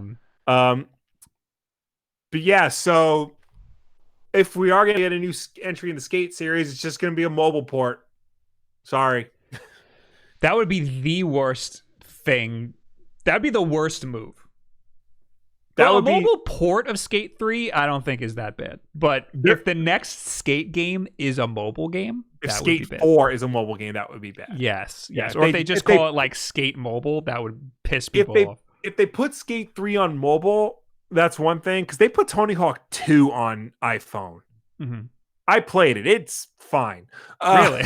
Yeah. I expected you to say it was terrible. I mean, it's not great. Mm-hmm. It works much better with actual buttons, and the soundtrack is completely different, so -3 points that way. But it functioned. But I feel like Skate would be better because the movement's all analog. Mm-hmm. So you flick your finger on the screen a certain way to do a certain trick. That is true. Unless, of course, they EA mobilize it where you have to pay $2 to unlock a board or whatnot. But yeah, if Skate 4 comes to mobile, then that's a problem. Yeah. So good on this guy. Yeah. For just completely ruining their plans and blowing the lid on it. We got a loony from Sarah Anderson. Thank you. Thank you. Do I have anything else in the chat? No, nothing else. Mm-hmm. Bengi says, damn, Will, tell him. I mean, look, he's not wrong. The last thing on here is Mortal Kombat 11. Yes. Mortal Kombat 11 story mode continues on May 26th with ROBOCOP. Dude, this looks freaking sick. Great news for fans of Mortal Kombat 11 single-player narrative this morning. NetherRealm Studios revealed Mortal Kombat 11 Aftermath, a new $40 expansion that continues the game's story and adds new fighters, including returning favorites Fujin and Shiva, and a certain half-man, half-machine all-cop. As Liu Kang prepares to reshape history as his reward for defeating Kronika in Mortal Kombat 11 story mode, spoiler alert, the evil sorcerer Shang Tsung appears with some familiar faces at his side. It turns out Liu Kang cannot fix history without Kronika's crown, destroyed during their battle. The only way to retrieve it is to send Shang Tsung back in time. Are we really going to trust this dude? Does it help that RoboCop is coming with him? Mortal Kombat 11 Aftermath will be available on all digital platforms May 26th. All players will gain access to the free update with the new arenas, including the return of the Deadpool and Soul Chamber, stage fatalities, and friendships. So everybody, regardless of whether or not you buy the Aftermath DLC, is getting stage fatalities, friendships, and new arenas. That's crazy. But of course, the big deal is that we're getting new characters, and the first new character they revealed is RoboCop. I need to see this whole roster because it's pretty nuts. It is very nuts. I mean, last round of DLC, you got Spawn, you got the Terminator, you had who else? It was Where is he? RoboCop. No, I see RoboCop. Oh, there he is. Terminator. Yeah. The Joker, that was the other guy. What about the Ninja Turtles? That was Injustice. Oh, that's weird. I mean, it was weird, but you watch that reveal trailer where like the audience reaction. Oh, it was insane. That was awesome. It's awesome. But like, I would expect them to be in this, not in Injustice. That's weird. Well, Hellboy's also in Injustice. True. You know what it is? Because remember, the Ninja Turtles are owned by Nickelodeon. So I don't think they would have gone for this. Oh, that's a good point. That's a good point. So this is all cool. Mm-hmm. There's no denying that. Wait, is it Freddy Krueger in this, or is he in Injustice? Freddy Krueger is in Mortal Kombat 9. Okay, all right. Okay? All right. I'm very confused. You are very, yes. I already forgot who posted it here, but people are saying, what about Ash from Evil Dead? What about all these other characters that were rumored to be in combat packs? My guess is this is just the start, and they're going to unveil more characters down the road. Well, how realistic are those leaks? They were pretty realistic. Is it just people like speculating? Well, because I think the initial leak that revealed Ash also revealed Spawn and Joker. Oh, okay. Yeah. So yeah, maybe we'll still get Ash. Yeah. What's the problem then? I mean, I don't know. I think people just saw RoboCop and like, that's not Ash. It's awesome though. It is. I never would have expected RoboCop. It's gonna be so weird because he is so slow. That's true. He can barely move. When I see like the character reveals in this game, they move really fast. Yeah. Like Spawn is moving fast. Yeah. So that's gonna be really weird to see RoboCop fighting like that. Also, I read somewhere that is Peter Weller providing the voice of RoboCop. It does not sound like Peter Weller. What's Peter Weller doing now? Just not being RoboCop. Apparently, he's like has a doctorate in art history, so he's like really, really into that stuff. He's a weird dude. He is, but he was RoboCop in 2 movies. The dog's being weird. Yeah, he like limped into here. What's wrong, dog? He's just. But I think we're overlooking the fact that this is the first Mortal Kombat story DLC for their single player story. $40. I mean, you're getting the whole kit and caboodle here. You're basically getting, a season 2 pass. Because I think the season 1 pass was like $40. Really? Yeah. That's so much. So there's $80 worth of DLC for this freaking game? I guess like all those characters. That's like, how many DLC characters were there? Terminator. Yeah, that wasn't enough for you to jump into it, though, right? I liked Mortal Kombat 11. I liked Mortal Kombat 11. I did not get the season pass. Now, did you beat Mortal Kombat 11? Yes. Oh, so you just didn't keep playing after that?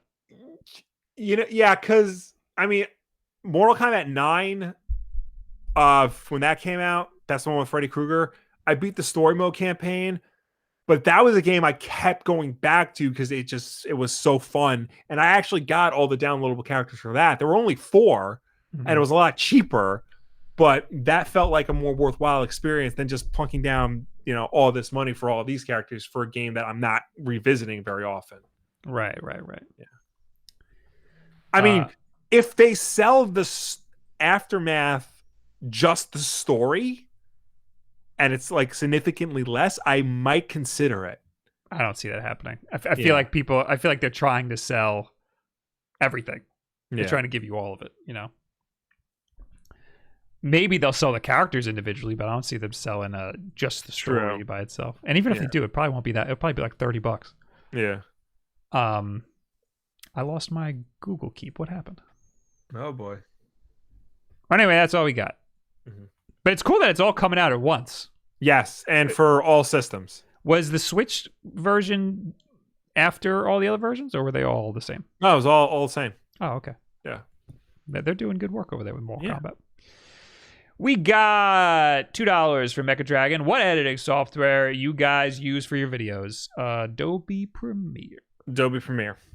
But you can use whatever you want. It doesn't. Whatever you can reasonably afford and whatever works best for you.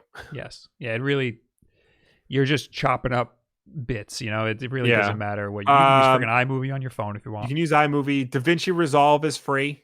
That's the one. I gotta text Greg right now because I was trying to tell him of a free software. I totally forgot about DaVinci Resolve. I do want to like try it out for realsies because I heard it's like not much different than Premiere. Yeah, I've heard it's very similar, and like even like you know you can pay for add-ons and stuff, and they're reasonably priced, and it's not subscription based; it's one and done. Yes. Also, you get the full DaVinci Resolve, which doesn't add that much, but you get it for free if you get a Blackmagic camera. Yes. Anyway, we also got AirMJ, who became a member here on YouTube. Oh, thank you for becoming a member. Thank you. All right. That's all the stories. But yes, I always forget. I have an unboxing. You have an unboxing? Because I have an unboxing. You made me go to the post office, remember? Yeah, but I also have an unboxing now. In a pandemic. I also forgot that I did that. All right. We do that before the tweet of the week, right? Correct. Okay. All right. I'm doing my unboxing. Oh, we can dual unbox. We could. Mine. Guess what this is, Will? I'm guessing it's 8-bit too. No. But it's a brick of cocaine. Yes. I will open it now. All right, I will open up this. This is a portable emulator. Ah. Oh boy. Uh-oh. What does that mean? I don't think a company sent this to us. You don't think? Nope. Why are you? Is it bad? Well, it's an Amazon package for one thing. It is. It could Are you still. ready? No, I'm not ready. It could still be a company. It is. No, it's not. It is One Piece Pirate Warriors 4 oh my for the good Nintendo Lord. Switch. God help us all. With a note that says, time to see if a noob can get into it. Payback for being a smartass. Heart the Weeb Den. Oh my God. That's Fred. Thanks, Fred. Thanks, Fred. Trying to get us into One Piece. I would. We had a little talk about whether or not you can play that game without knowing any One Piece anything. And you know what? I'd give it a shot. But it's Pirate Warriors 4. I know. There's 3 other Pirate Warriors games. I know. Wait, this is not the one that's basically Spider-Man, right? No. Okay. I mean, it could be, but I no, that's World Seeker. Okay. So then which one is this? It's the other one, Will. Let me turn the chat off. Get that chat out of here. I don't trust you people. All right, so this is what a lot of people have been asking me to talk about. This is the RG350, but they made a new version. This is the RG350M. Oh. It's by Amber Nick. So it's just a portable emulator. My next video will probably be on this. This is a weird sort of foam piece.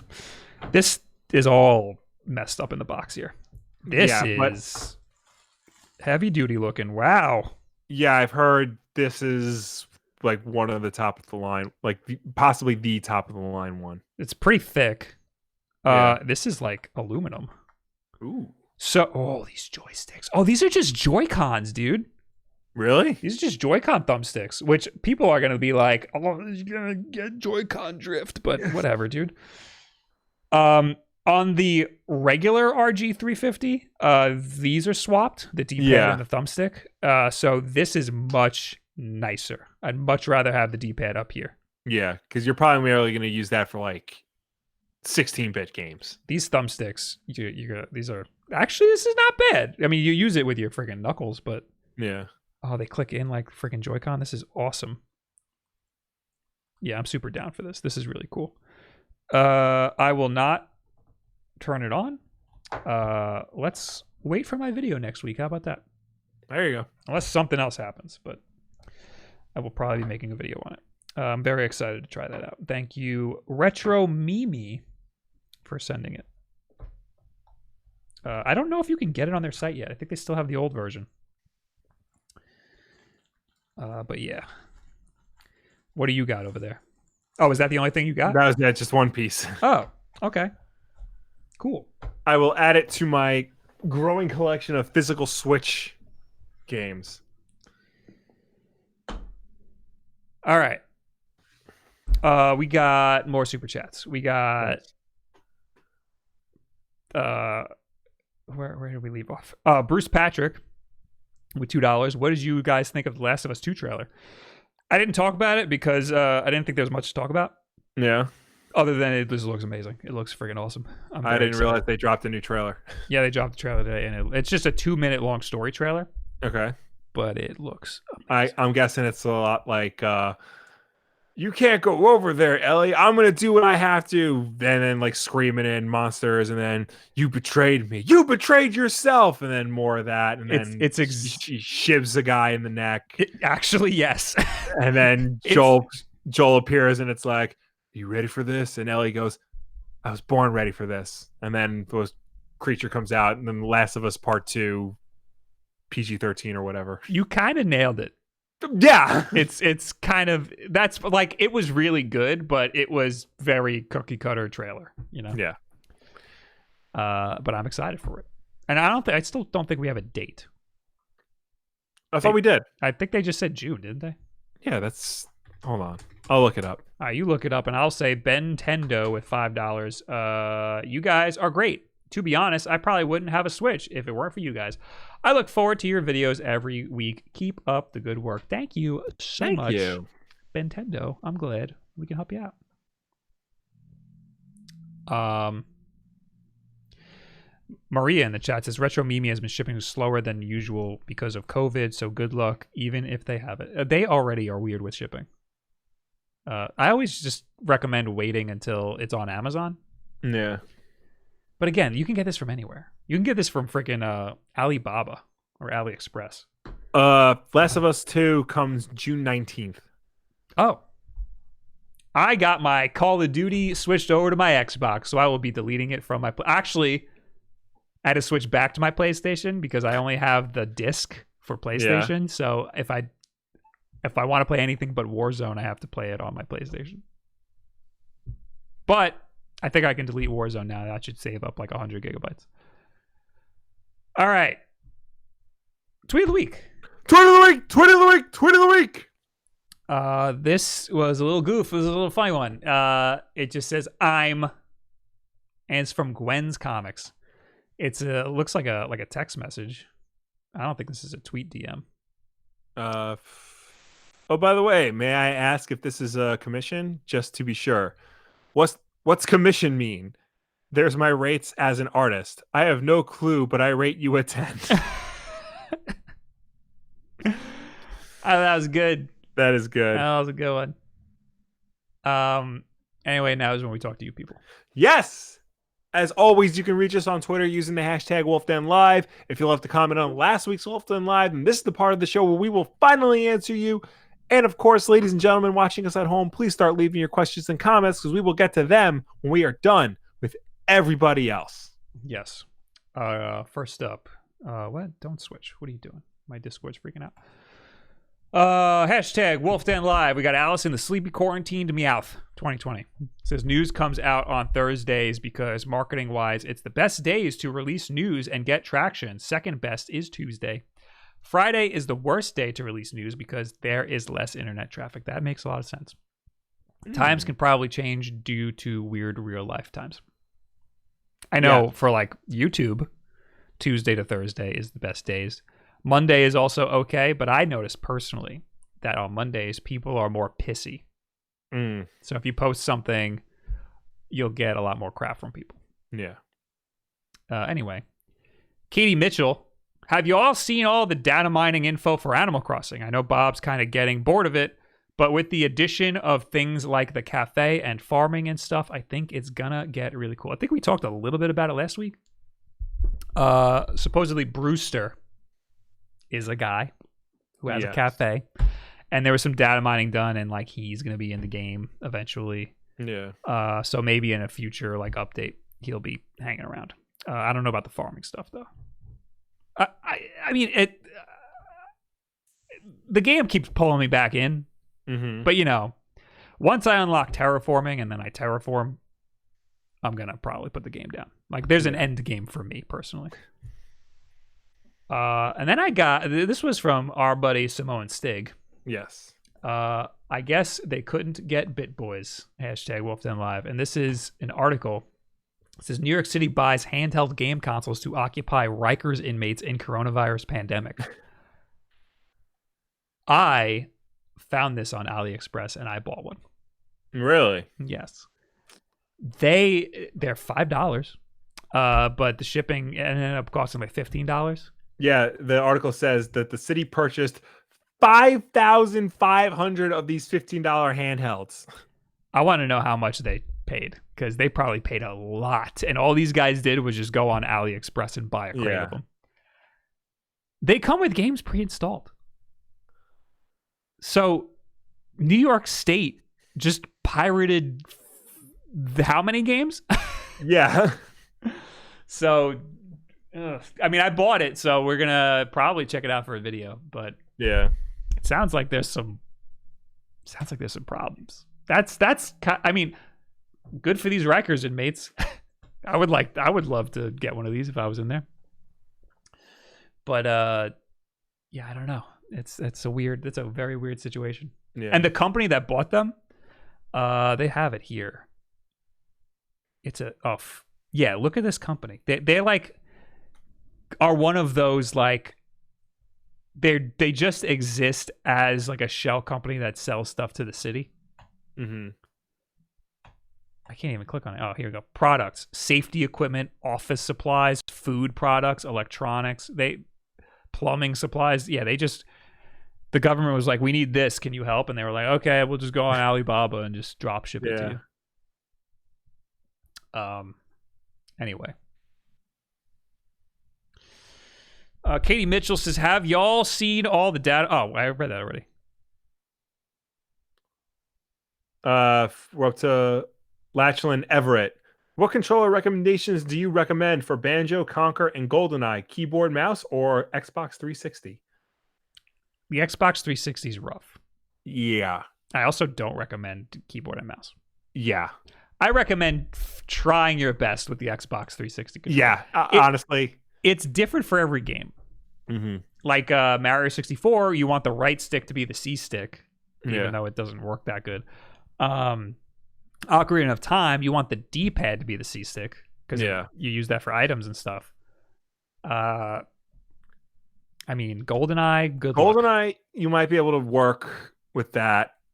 You would have to do one of the control schemes in the game that makes the sticks work how they do in first-person shooters. Yeah. But you might have to swap the sticks, like in the emulator.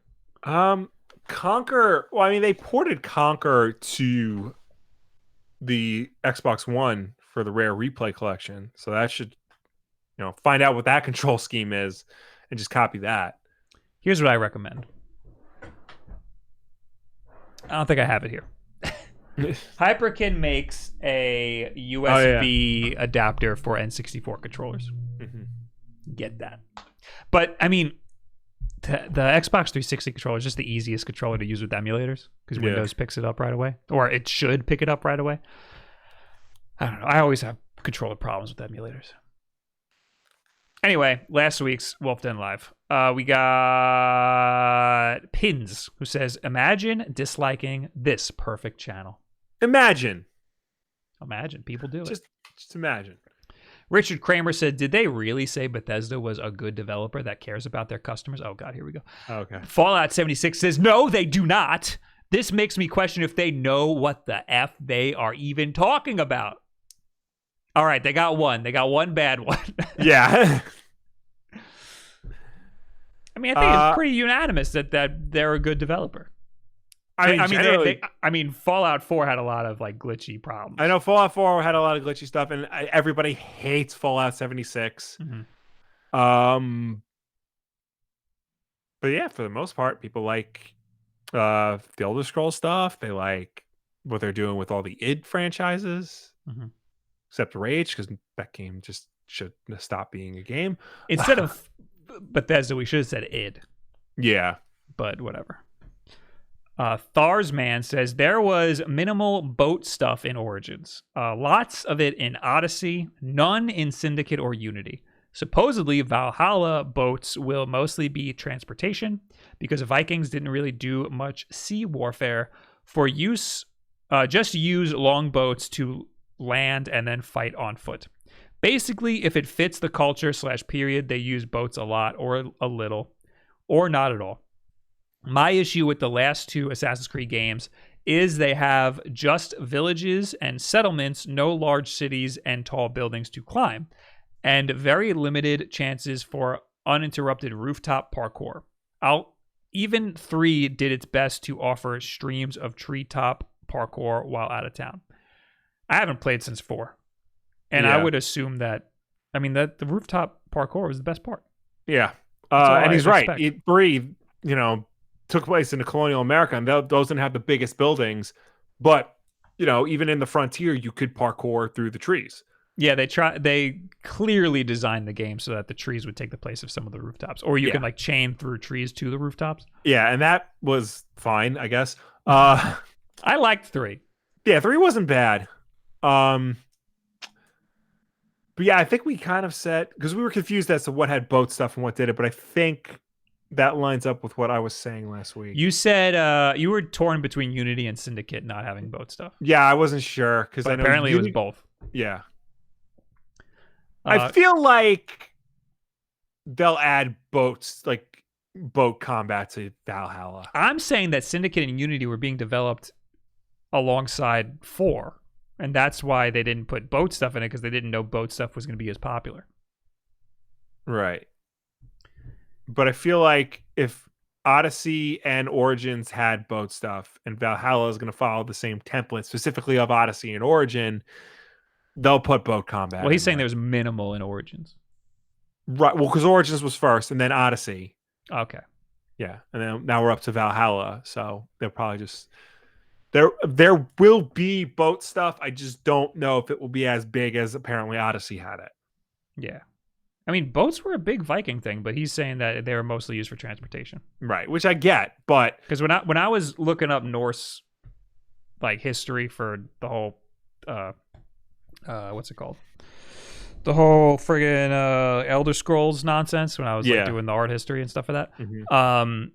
There was a lot of boat stuff. Yeah. They had some pretty intricate boats. Yeah. But I guess they didn't use them for warfare. Anyway, Casey McComas says, A Way Out was terrible. I paid $30 for it and had to apologize to a coworker for wasting hours of his life. It got traded to Lame Stop. Oh, sick burn. That was good. It's a good game. It's only $30. Yeah. Eric Mott, LOL, why are you using Uber Eats like a teenager? Worst service on the planet. How about ya give me a suggestion for a better one instead of just slapping it out of my face, I forgot who posted it. I use all of them. A friend of mine sent it to me. It's like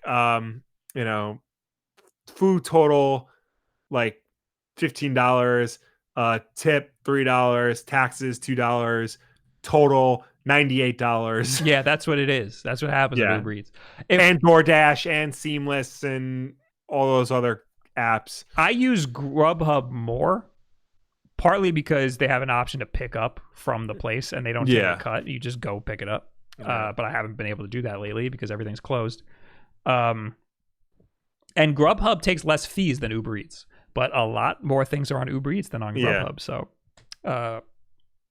I jump between Grubhub and Uber Eats. Now I've been doing Postmates because I have all this credit on Postmates for some reason. I learned how to cook. Oh, look at you, big man. I just bypass all of that. It's just easier that way. I just make trash food.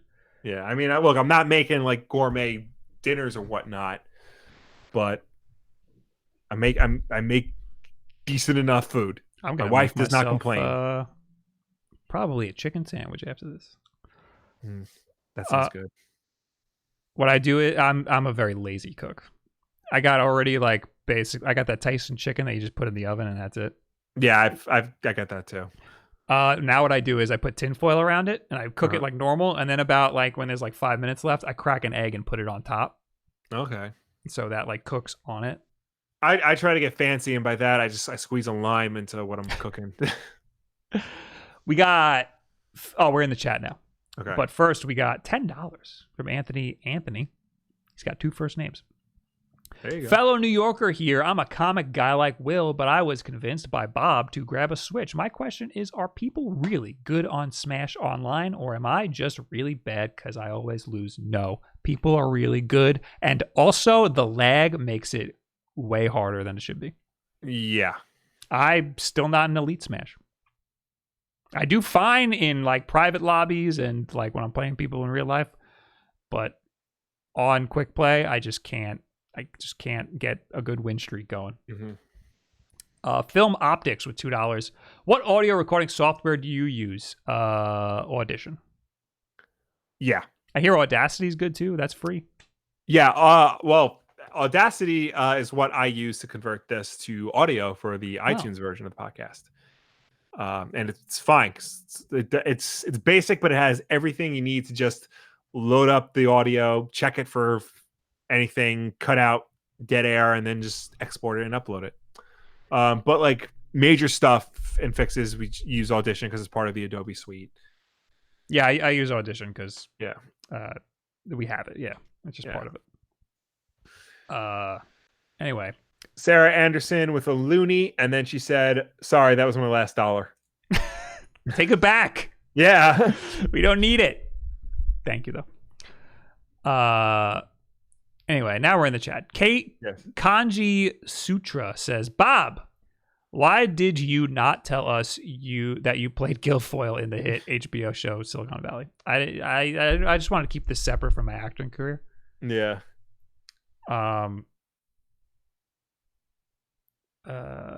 Cube G1 says, is it possible to LAN a Wii? Like, say you wanted to play Mario with someone that has another Wii in the same house.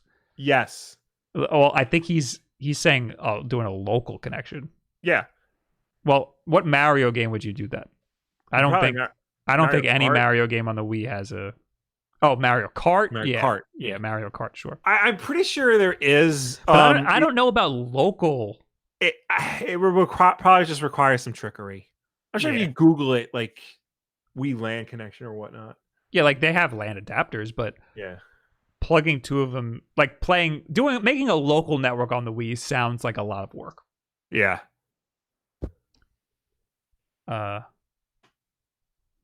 Mike UK says, Bob, go check Ministry of Broadcast on Switch for a Prince of Persia quirky platform adventure game. Never heard of this game before.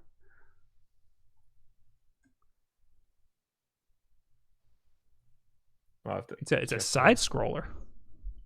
Looks really cool. Prince of Persia style. Oh, like old school Prince of Persia? That's very strange. Is this by the what company made this? Ministry of Broadcast Studios. Oh.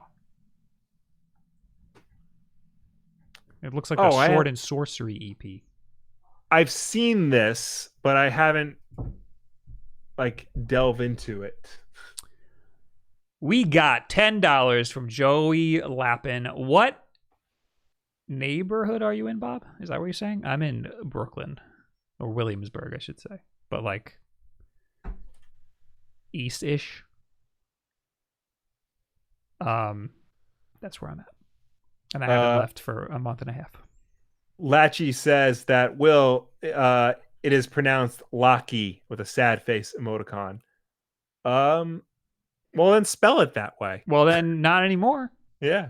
It's Lachi. Abram says, do you all have any interest in playing Streets of Rage 4? Yes. Yes. Oh! Do we get codes?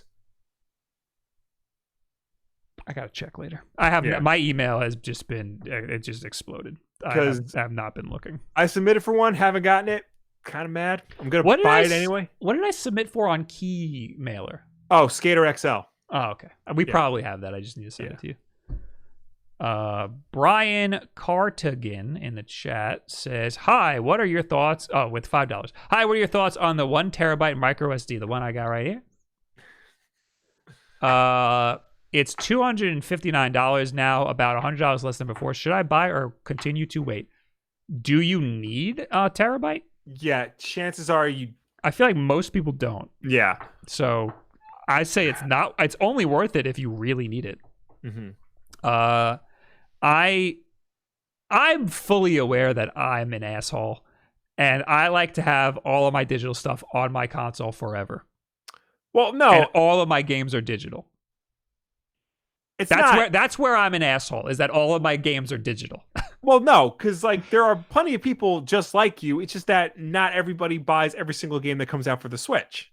Yeah, there's a lot of overlap in my asshole this year, and that's why I need this. For most people, 256, maximum 400 is fine. Like I have a 400 and it's fine. Yeah, the 400 is a really good deal. Yeah. It's like it's under $100, I think. Oh yeah, I got it for like I forgot how much I paid for it, but I think it was less than 50 when I bought mine. It's 512. 512 is still pretty expensive. It's $63.66 on Amazon right now. 512 is $80. Yeah. So that's not bad. It's better than it was, yeah. You could even buy 2 512s. Yeah. But yeah, I'd say get those. Those are more worth it. But if you have one of those and you're running out of space, like I am, it's time to upgrade. Oh, Beat 'em Ups is here. Hello. Oh, hey. Apparently I paid nothing because I must have used points or whatever. Wood, when's our video coming out? Me and Wood did a video. Where is it, Wood? Yeah, I paid $50, but I used Amazon rewards. Go me. Well, I've been getting a lot of flack, or I've been getting a lot of I've been getting made fun of. For what this time? Because my PlayStation name is Wolfwood. Okay. But I made that like 15 years ago. Yeah. You made it, in honor of the hit early 2000s anime that I'm currently rewatching, Trigun. Yeah, I was a freaking weeb kid. And now everybody's like, "Oh, it's Beat 'em Ups." No, it's this guy, man. Wolfwood. Yeah. Come on, man. Look how cool that is. He's a priest, but he like doesn't care. Yeah. Killing people is cool.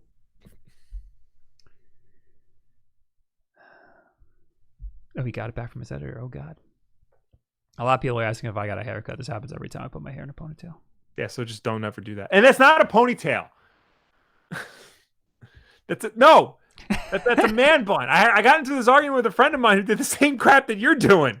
A ponytail looks like the tail of a pony. That's why it's called a ponytail. No, I agree. You're right. You can change it now. You have no excuse. That's my gamer tag, man. I'm keeping it. Actually, yeah, it was my Xbox gamer tag first. Yeah. All right. Parker says, "Hey, Will, what's your opinion on Batman Returns?" I watched it for the first time and thought it was pretty good. Bruce Wayne, why are you dressed like Batman? That's a movie I will never hate, but it does not hold up, man. Yeah, exactly. It does not. There's a lot of good stuff about it, but there's a lot of really bad stuff about it. Whatever worked in Batman '89 still worked and worked really well. Whatever didn't work in Batman 89 really doesn't work in Batman Forever. I need to Batman rewatch Returns. Batman 89 because I just remember watching Batman Returns like somewhat recently and being like, oh no. Yeah. I remember liking this. No, Batman 89 holds up a lot more than Batman Returns does. I mean, there's good parts of Batman Returns, but not a lot.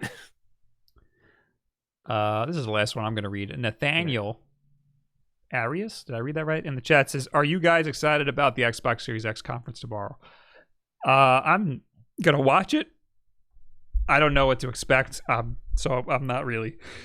Yeah, I don't know. I feel like, I'll check it out, but I don't. It's weird because usually when they show off like gameplay like that, especially like early on in the next generation, like it's hard to tell the difference between previous gen and next gen. Yeah, they just look. It's especially now. Like The Last of Us looks like next gen. And like I said before, 4K versus 1080p on a smallish screen, it's like hard to discern the difference. Yeah. So I don't know. I just feel like unless there's something like obvious, it's not going to be that impressive. So we also got $2 from Miguel Perez, who says, "Hi Will, have you ever sent a comic to the CGC? No. The comics grading commission. Okay. No, because that costs money that I don't want to spend, and also I don't think I have anything that could be considered worthy because the CGC, they are very meticulous when they grade stuff. Like they look at everything. If there is a page bent slightly out of shape, they dock you like 10 points. And your comic that you thought was worth hundreds is only worth $5. Yeah, so it costs money, and also if you think something's rated really high, it could make your comic worth less. Yeah. So yeah. So also too, when you get your comic graded by them, they put it in a vacuum sealed plastic case that you can't open unless you smash it with a hammer. You don't really have anything that's like that collectible that you would want to do that anyway, no, right? If I did, it would have to be something like, first appearance of the Joker or whatever. Right. So, yeah, I got nothing like that. All right. That's it. Thank you guys for hanging out.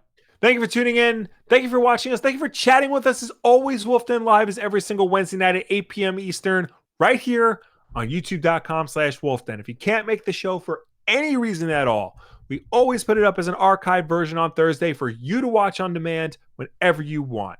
If you prefer to listen to us rather than watch us, you could do that as well. We're also an audio podcast on Apple Podcasts, SoundCloud, Spotify, Google Play, and Stitcher. And if you listen to us on any of those platforms, please be sure to subscribe, rate, and review us because that helps us with placement on those respective stores. Also, if you want to watch just a little bit of Wulff Den Live, or maybe you want to send a specific clip over to your buddies, then head on over to Wulff Den Clips, where our good friend Eric Henley takes this week's episode and cuts it down into bite-sized chunks for your viewing pleasure. Also, go to twitch.tv/WolffDen and click on the, get out of here, Jimmy Wetzel. Go over to twitch.tv/WolffDen. There's a follow button somewhere. It's not there for me because this is my channel. Click on that and put notifications on so that you know when I go live. I'll probably be live tomorrow night. Probably Mario Maker unless I really feel like something else. But I've been streaming a lot over there. It's been a good time. And if you don't want to see a live stream, I put them all on youtube.com/WolffDenVods, where all the live streams get recorded forever. But anyway, if you don't want to do any of that, it's fine too. We'll see you next week. Goodbye. Bye.